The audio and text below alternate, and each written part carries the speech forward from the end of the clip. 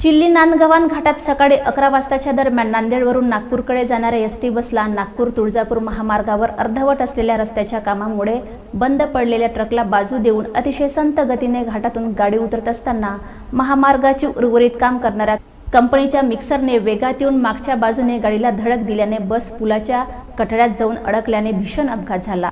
चालकाच्या सावधानतेमुळे प्रवाशांचे प्राण वाचले।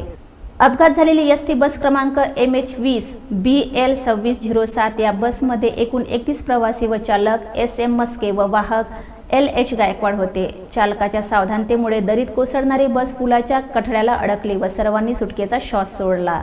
नागपूर तुळजापूर महामार्गाचे काम गेल्या 5 वर्षापासून बंद होते। त्यात 6 महिन्यापासून कामाला सुरुवात झाली असून कुठलाही एक रस्ता पूर्ण न करता जागोजागी तुकड्याचे काम करण्याचा कार्यक्रम चालू असून या काम करण्याच्या पद्धतीमुळे घाटात रोजच अपघात व ट्रॅफिक जामची समस्या निर्माण होत असून याकडे प्रशासनाचे लक्ष नसून विशेषतः याच विभागामध्ये वसुली करणारे वाहतूक शाखेचे कर्मचारी देखील या ठिकाणी उपस्थित नसतात। यावर प्रवाशांनी अतिशय तीव्र नाराजी व्यक्त केली। प्रशासनाने त्वरित दखल घेऊन घाटातील रस्ता पूर्ण करा अशी मागणी प्रवाशांकडून केली जात आहे।